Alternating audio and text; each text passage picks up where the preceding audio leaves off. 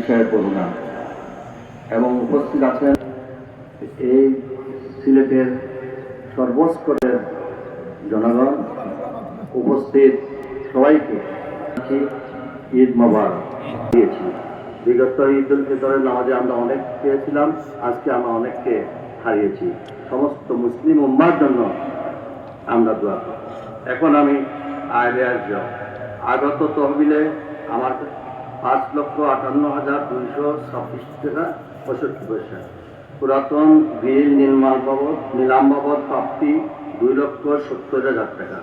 ঈদ উল ফিতরের দিনে রুমাল দিয়ে উঠানো চাঁদা 2,73,520 টাকা। ঈদ উল আজহার দিনে রুমাল দিয়ে উঠানো চাঁদা বড়া গাছ বিক্রি বাবদ আমরা পেয়েছি 2,500 টাকা। জ্বালানি কাঠ নিলাম বাবদ 13,700 টাকা। রাবিট বিক্রি বাবদ 2,000 টাকা। পুকুরের মাছ ধরার টিকিট বিক্রি বাবদ 15,000 টাকা। 1 বছরের জন্য পুকুরে লিজ দেওয়া সালামি বাবদ 1,10,000 টাকা। সদস্যদের চাঁদা বাবদ প্রাপ্তি 25,000 টাকা। মোহাম্মদ জামিন আহমদ কর্তৃক চাঁদা প্রদান 1,000 টাকা। একজন প্রতিনিধিতে আমাদের 1,000 টাকা। গাছ নিলাম বাবদ 3,20,000 টাকা। যেসব গাছ নষ্ট হয়ে গেছে সেটা নিলাম দিয়ে আমরা 3,20,000 টাকা পেয়েছি। ব্যাংক কর্তৃক জুন ও ডিসেম্বরে প্রভিশনাল প্রফিট প্রদান 15,765 টাকা। মোট আয় 16,09,461 টাকা। চৌকিদারের বেতন বোনাস 1,72,500 টাকা। গ্রিল তৈরি বাবদ 35,000 টাকা। ঈদগাহের পাকা কাজের রিপেয়ারিং বাবদ খরচ 77,342 টাকা। লাইটিং খরচ 15,000 টাকা। মেরামত রক্ষণাবেক্ষণ বিবিধ খরচ 1,80,066 টাকা। ব্যাংক চার্জ 3,439 টাকা প্রস্তুত হয়েছে।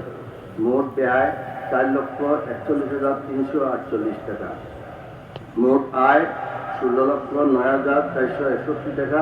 মোট ব্যয় 4,41,348 টাকা। 30/3/2025 তারিখে নগদ তহবিল 11,68,113 টাকা 65 পয়সা। 9/1/2025 তারিখে দায়িত্ব গ্রহণের সময় নগদ তহবিল ছিল 7,73,052 টাকা।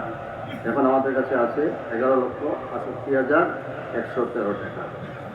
এছাড়াও সিলেট সিটি কর্পোরেশন প্রশাসক সাহেবের সঙ্গে আমাদের আলাপ হয়েছে। তিনি এবং পুলিশ কমিশনার এখানে আসছিলেন। তারা আমাদের এই ঈদগাহ উন্নয়নের খাতে সিলেট সিটি কর্পোরেশনের প্রশাসক আমাদেরকে আশ্বাস দিয়েছেন এই সিটি কর্পোরেশনের উন্নয়নে আগামীতে আরও সর্বাত্মক সহযোগিতা করবে। আল্লাহ তাআলা যা কিছু থেকে বিরত, মানুষই যদি সত্যিকারের মুসলিম হয়ে যায় তাহলে পৃথিবীতে কোনো সমস্যা থাকবে না। সেই জন্য আমরা মনে করি যে আজকে বিগত সময়ে আমরা দেখেছি অনেক অন্যায়, অবিচার, জুলুম, নির্যাতন, নিষ্পেষণ, নিপীড়ন ছিল। যারা করেছেন তারা নামাজও অনেকে পড়েছেন, রোজাও করেছেন, তারপরে নিপীড়নও করেছেন, নির্যাতনও করেছেন, নিষ্পেষণ করেছেন, হত্যা করেছেন। তারা কখনোই বিরত রাখতে পারেন নাই নিজেদেরকে এই ধরনের অন্যায় থেকে। সেই জন্য মৌলিক বিষয় হলো শুধুমাত্র 1 মাসের জন্য নয়, প্রতিটি মুহূর্তের জন্য আল্লাহর আদেশকে অনুসরণ এবং আল্লাহর নিষেধ থেকে নিজেদেরকে বিরত রাখাই হলো ইসলামের মৌলিক শিক্ষা। আরেকটি কথা বলবো, আজকে আমরা এখানে লক্ষাধিক মানুষ এসেছে। আজকে অনেকে আসতে পারেন নাই, কারণ বিগত সময়ে তারা সত্য প্রতিষ্ঠার জন্য নিজেদের পাকে বিসর্জন দিয়েছেন, তারা হেঁটে আসতে পারেন নাই। তাদের পক্ষ থেকে আমরা এসেছি। আজকে আমরা দোয়া করব। অনেকে দোয়া করতে পারবেন না কারণ তাদের হাত হারিয়েছেন।